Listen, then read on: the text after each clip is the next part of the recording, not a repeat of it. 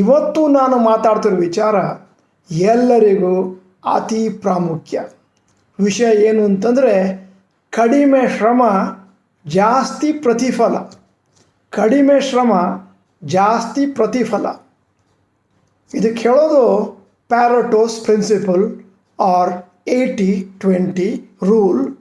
ತುಂಬ ಜನಕ್ಕೆ ಗೊತ್ತಿರಬಹುದು, ಆದರೂ ಉದಾಹರಣೆ ಸಹಿತ ನಿಮಗೆ ಇದರ ಬಗ್ಗೆ ತಿಳುವಳಿಕೆ ಕೊಡ್ತಾ ಇದ್ದೀನಿ. ಕೊನೆಯವರೆಗೂ ವಿಡಿಯೋವನ್ನು ತಪ್ಪದೆ ನೋಡಿ. ಬಹಳ ಒಳ್ಳೆಯ ಉದಾಹರಣೆಗಳನ್ನು ಕೊಟ್ಟಿದ್ದೇನೆ. ಸ್ನೇಹಿತರೆ, ನನ್ನ ಹೆಸರು ಡಾಕ್ಟರ್ ಭರತ್ ಚಂದ್ರ. ವೃತ್ತಿಯಲ್ಲಿ ವೈದ್ಯ, ಪ್ರವೃತ್ತಿಯಲ್ಲಿ ತರಬೇತುದಾರ. ಕಳೆದ 38 ವರ್ಷದಿಂದ ದೇಶ ವಿದೇಶಗಳಲ್ಲಿ ನಾನು ಕಾರ್ಯಾಗಾರಗಳನ್ನು ನಡೆಸ್ತಾ ಬರ್ತಾ ಇದ್ದೇನೆ. ಯಾವುದರ ಮೇಲೆ ಅಂತಂದರೆ ಪರ್ಸ್ನಾಲಿಟಿ ಡೆವಲಪ್ಮೆಂಟ್ ಮೇಲೆ, ಸ್ಟಾಕ್ ಮಾರ್ಕೆಟ್ ಮೇಲೆ, ಅದಾದ ಮೇಲೆ ಮಕ್ಕಳಿಗಾಗಿ ಮೆಮೊರಿ ಇಂಪ್ರೂವ್ಮೆಂಟ್ ಮಾಡೋದು ಹೇಗೆ, ಇತ್ಯಾದಿ ಇತ್ಯಾದಿ. 1897ನೇ ಇಸ್ವಿನಲ್ಲಿ ಇಟಲಿ ದೇಶದಲ್ಲಿ ಒಬ್ಬರು ಎಕಾನಮಿಸ್ಟ್ ಇದ್ದರು, ಸೈಂಟಿಸ್ಟ್ ಇದ್ದರು. ಅವ್ರ ಹೆಸರೇನು ಅಂತಂದರೆ ವಿಲ್ಫ್ರೆಡೋ ಪ್ಯಾರೆಟೋ.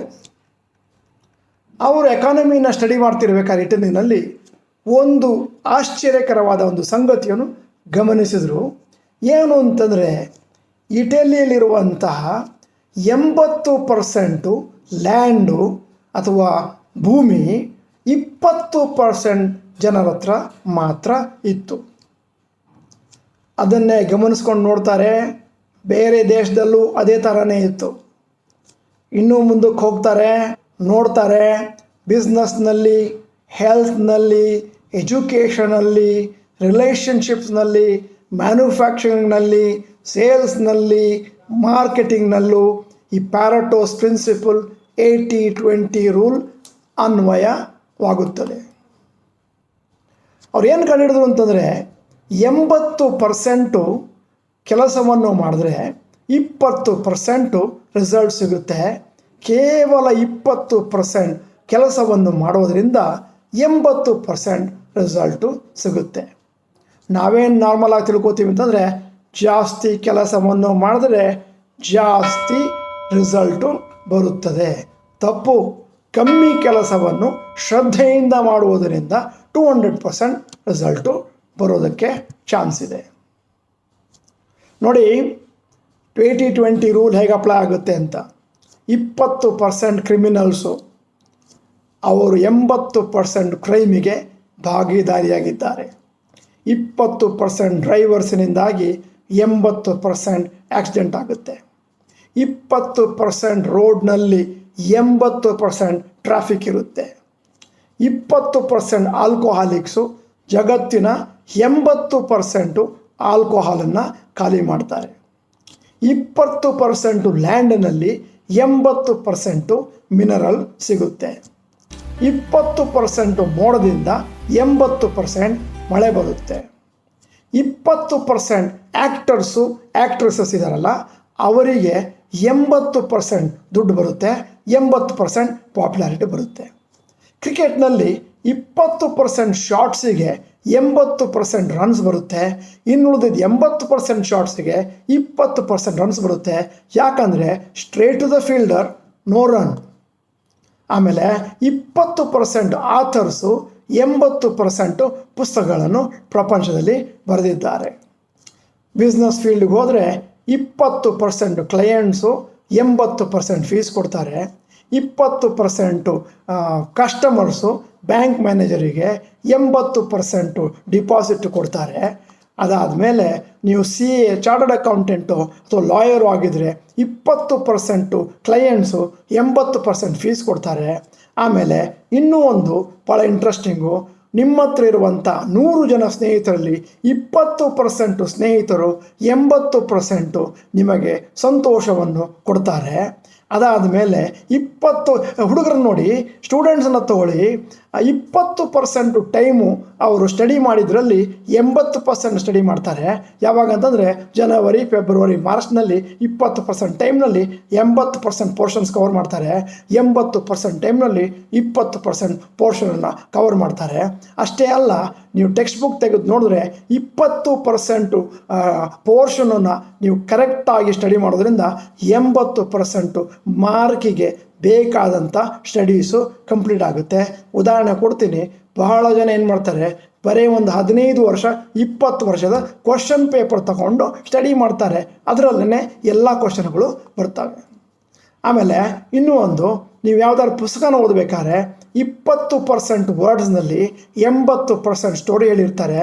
ಅದನ್ನು ನಾವು ಕೀ ವರ್ಡ್ಸ್ ಎಂದು ಕರೆಯುತ್ತೇವೆ. ಇದನ್ನು ಪ್ರಾಕ್ಟಿಕಲ್ ಆಗಿ ಅಪ್ಲಿಕೇಶನ್ ಮಾಡ್ಕೊಳ್ಳೋದು ಹೆಂಗೆ? ನನಗೆ ಬರೀ ಥಿಯರಿ ಮಾತಾಡಿದೆ.